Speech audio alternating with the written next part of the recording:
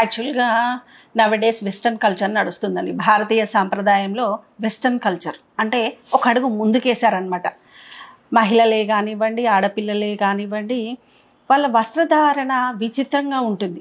So నేను ఖండిస్తున్నాను. ఎందుకంటే వేరే విధంగా అనుకోవద్దమ్మా. ఎవరికైనా నేను చెప్పే విషయం ఒకటే, వస్త్రధారణ విషయంలో ఆడది ఎప్పుడు నిండుగా ఉంటేనే చేతులు ఎత్తి దండం పెట్టాలి, నమస్కరించాలనే ఒక సంస్కారం గలది మన భారతీయత.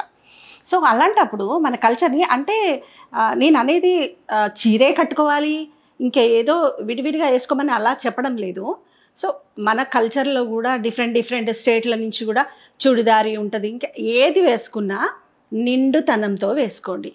సో నేను అన్నది ఒక మనిషి రెస్పెక్ట్ ఇచ్చే విధంగా మన కల్చర్ ఉండాలి, మన కట్టు బొట్టు ఉండాలి బయటికి వెళ్ళేటప్పుడు.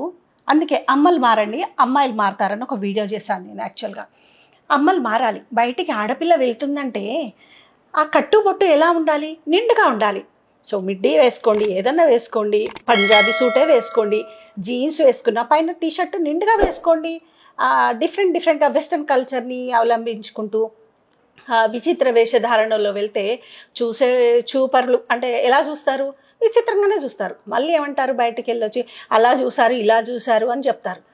మనం ఎట్లా మన వస్త్రధారణ ఉంటుందో దానికి ఒక ప్రత్యేకత ఉండాలి. అంటే భారతీయత అనేది దానికి జోడించినప్పుడే రెస్పెక్ట్ అనేది ఉంటుంది. బయటికి వెళ్ళేటప్పుడు కొంచెం ఆలోచించి డ్రెస్సింగ్ సెన్స్ అంటే చక్కటి వేషధారణతో వెళ్ళండి. ఎలాంటి ప్రాబ్లమ్స్ ఉండవు. బయటి వాళ్ళందరూ చెడ్డవాళ్ళే అని అనుకోకండి. మంచి వాళ్ళు కూడా ఉంటారు, రెస్పెక్ట్ ఇచ్చే వాళ్ళు కూడా ఉంటారు. సో మన సాంప్రదాయాలను కూడా మనం గౌరవించాలి. ఒక మహిళగా నేను చెప్పేది ఇది.